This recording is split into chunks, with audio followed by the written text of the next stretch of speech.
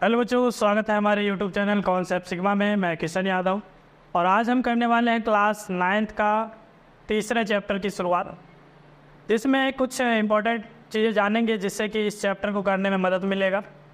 और ये introduction video यदि आप देख लेते हैं तो पूरे चैप्टर इसी में कंप्लीट हो जाएगा, दोबारा बताने की ज़रूरत नहीं पड़ेगी। ठीक है, तो चलिए जानते हैं। आप देख रहे होंगे मैंने एक लाइन खींचा है जो क्षैतिज रेखा कहते हैं नीचे वाली लाइन को, और ऊपर जो है इसको ऊर्ध्वाधर रेखा कहते हैं। यदि मैं लिख दूं तो इस लाइन को कहते हैं क्षैतिज रेखा, क्षैतिज रेखा, और जो खड़ी लाइन है इसको कहते हैं ऊर्ध्वाधर रेखा।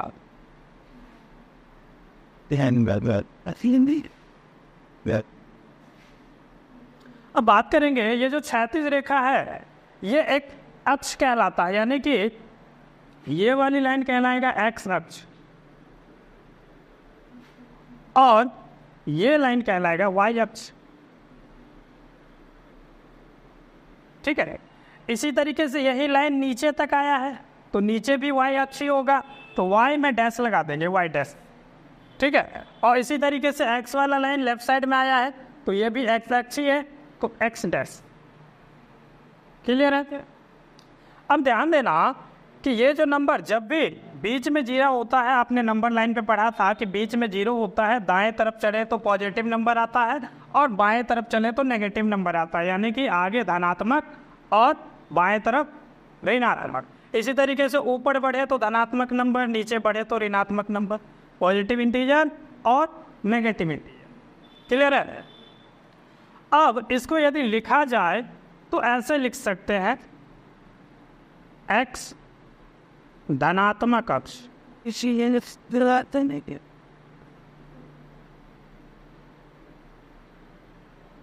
है, और ये y हो जाएगा धनात्मक अक्ष, y धनात्मक अक्ष।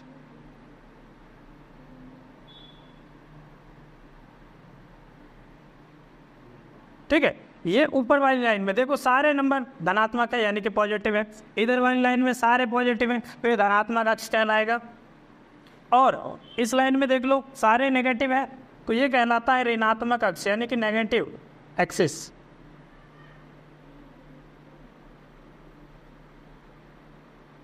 इसी तरीके से नीचे ऋणात्मक ये एक्स अक्ष होगा, एक्स अक्ष।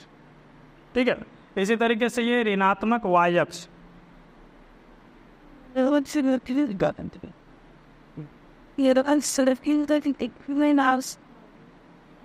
ध्यान देना, जब दोनों बिंदु जहां पे मिल रही है, दोनों लाइन जहां पे काट रही है एक दूसरे को, वहां का पॉइंट होता है जीरो।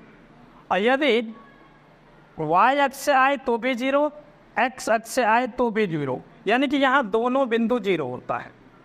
ठीक है, और इस दोनों बिंदु को कैसे लिखा जाएगा? एक्स वाला जीरो और वाई वाला जीरो। इस दोनों बिंदु को कहते हैं मूल बिंदु। क्या कहते हैं? मूल बिंदु यानी कि ओरिजिन। ठीक है, अब ये जो लाइन क्रॉस किया एक दूसरे को तो कितने पार्ट बने?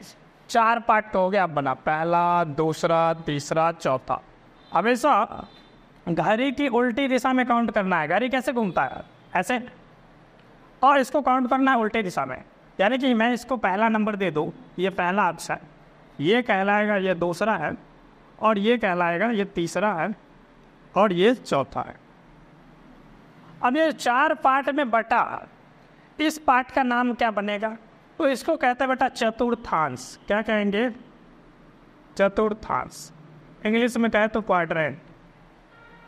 ठीक है, क्या कहते हैं इसको? चतुर्थांश। चतुर्थांश 1, ये हो जाएगा चतुर्थांश 2, और ये हो जाएगा चतुर्थांश 3।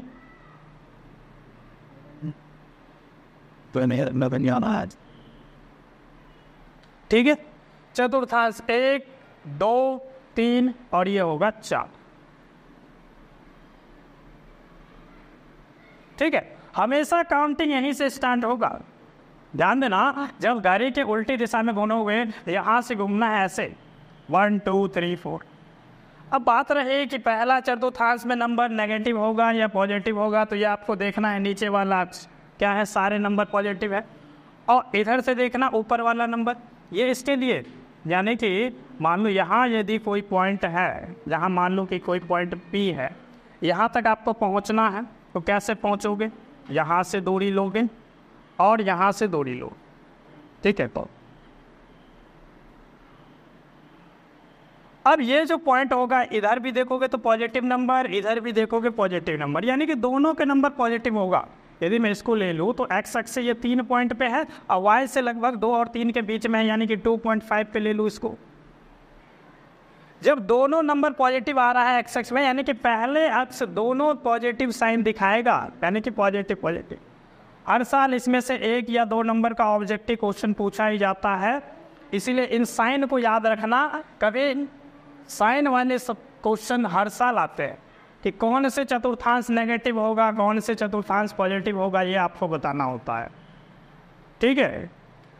तो पहले चतुर्थांश में दोनों साइन प्लस के, एक्स एक्सिस भी प्लस में और वाई एक्सिस भी प्लस में। अब बढ़ते हैं दूसरे चतुर्थांश का साइन क्या होगा। दूसरे चतुर्थांश में ध्यान से देखना, सबसे पहले एक्स एक्सिस का लिखा जाता है। एक्स एक्सिस नेगेटिव नंबर दिख रहा है और वाई वाला साइन पॉजिटिव दिख रहा है।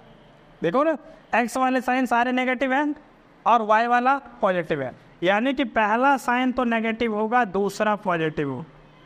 यानी कि दूसरे चतुर्थांश में जब जाओगे तो साइन पहला नेगेटिव और दूसरा पॉजिटिव। तीसरे चतुर्थांश में आते हैं तो ध्यान से देख लो, एक्स एक्सिस नेगेटिव साइन रखता है, ऋणात्मक, और वाई एक्सिस भी नेगेटिव होता है, यानी कि ये भी ऋणात्मक होगा। तो दोनों साइन नेगेटिव। थर्ड क्वाड्रेंट में दोनों साइन नेगेटिव, तीसरे चतुर्थांश में दोनों साइन नेगेटिव होगा, ठीक है। याद रखना, हर साल इस टाइप के क्वेश्चन आते हैं एग्जाम में, 1 नंबर 2 नंबर के लिए। चतुर्थांश चौथे में देखो, एक्स एक्सिस का पहले देखना है, एक्स एक्सिस पॉजिटिव साइन में है, और वाई एक्सिस देखो, वाई नेगेटिव के लिए है, यानी कि पहला साइन ये होगा पॉजिटिव और दूसरा होगा नेगेटिव। हमेशा एक्स एक्सिस वाला पहले लिखा जाएगा, वाई एक्सिस वाला बाद में लिखा जाएगा। अब जो ये पॉइंट दिख रहा है आपको, एक्स एक्स पे कुछ पॉइंट 1 2 3 4 5 6 से लेकर 8 तक, वाई में भी नंबर दिख रहा है। ये आप बढ़ा भी सकते हैं, कितना भी लंबा हो सकता है, या फिर छोटा भी कर सकते हैं। जितने तक पूछा जाएगा उतना ही बताना है, ठीक है। तो ध्यान देना, ये जो पॉइंट कहलाता है, ये कहलाता है, यदि x और दोनों x को डालें, यदि मैंने यहाँ लिखा था कि 3 और 2.5 है, इस बिंदु को निर्देशांक कहते हैं। क्या कहते हैं? निर्देशांक, ठीक है। ये बिंदु क्या कहलाएगा?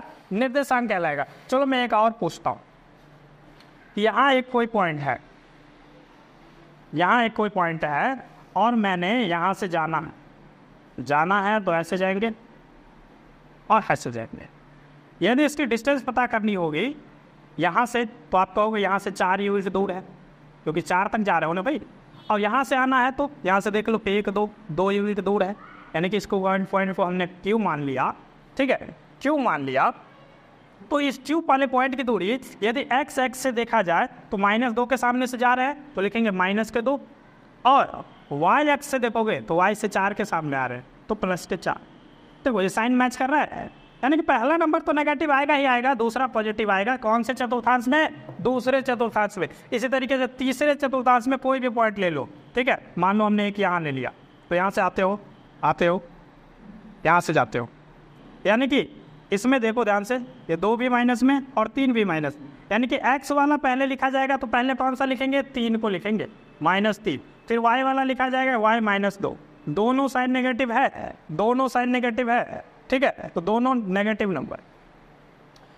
इसमें आ जाओ तो यदि हम यहाँ ले लें कि कोई बिंदु है और 1 से आके मिल रही है, ठीक है, इसको R कह देते हैं, इसको कुछ भी P Q R S कुछ भी ले लो, कोई भी नंबर आप मान सकते हैं, ठीक है, कोई भी चर जो वेरिएबल मान सकते हैं आप।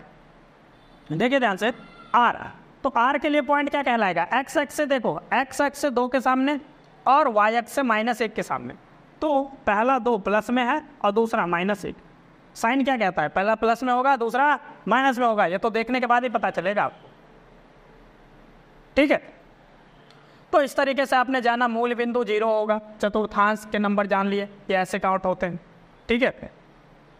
प्लस प्लस साइन रखता है पहला चतुर्थांश, दूसरा माइनस प्लस रखता है, तीसरा माइनस माइनस रखता है और चौथा प्लस माइनस साइन रखता है। ठीक है, ये एक्स अक्ष होता है, ये वाई अक्ष होता है। एक्स अक्ष में धनात्मक अक्ष, ऋणात्मक अक्ष, वाई अक्ष में धनात्मक अक्ष, वाई अक्ष में ऋणात्मक अक्ष, और बीच में जो दोनों बिंदु है इसको मूल बिंदु कहते हैं। ये आप याद रख लेना।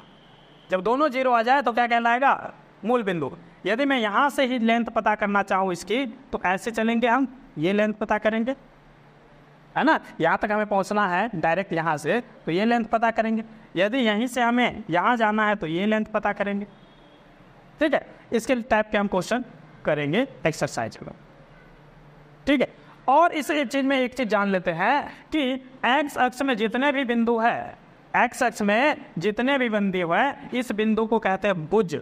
एक्स अक्ष कह लो या फिर कहते हैं भुज। और वाई अक्ष वाले बिंदु को कहते हैं कोटि। क्या कहते हैं? कोटि। ध्यान समझना, एक्स अक्ष वाले सारे बिंदु को कहते हैं भुज और वाई वाले को कहते हैं कोटि। मैं कह दूं कि यहाँ जो मैंने पॉइंट लिखा क्यू, मैं कह दूं कि क्यू का कोटि बताओ, क्यू का कोटि बताओ। कोटि पूछा मैंने बस, क्यू का कोटि। कोटि क्या होता है? वाई एक्स वाला, तो आप कहोगे सर 4 है। वाई का कोटि, वाई एक्स पे देख लो क्यू के सामने कौन से नंबर आ रहा है, क्यू की कोटि हो जाएगी 4। यदि मैं कहूँ कि क्यू का भुज बताओ, क्यू का भुज बताओ, क्यू का भुज, तो ध्यान से देखो क्यू तो यहाँ है, क्यू, और भुज होता है एक्स एक्स वाला। भुज एक्स एक्स वाला देख लो ध्यान से, इसके सामने जा रहा है -2 का, तो क्यू की भुज हो जाएगी -2। ठीक है, यानी कि एक्स एक्स पे जितने भी नंबर होंगे वो कहलाएंगे भुज, वाई एक्स पे जितने भी नंबर होंगे वो कहलाएगा कोटि। और जब दोनों मिलेगा तो कहलाएगा निर्देशांक। क्लियर है? एक और समझ लेते हैं, एक और आर वाले से समझ लेते हैं।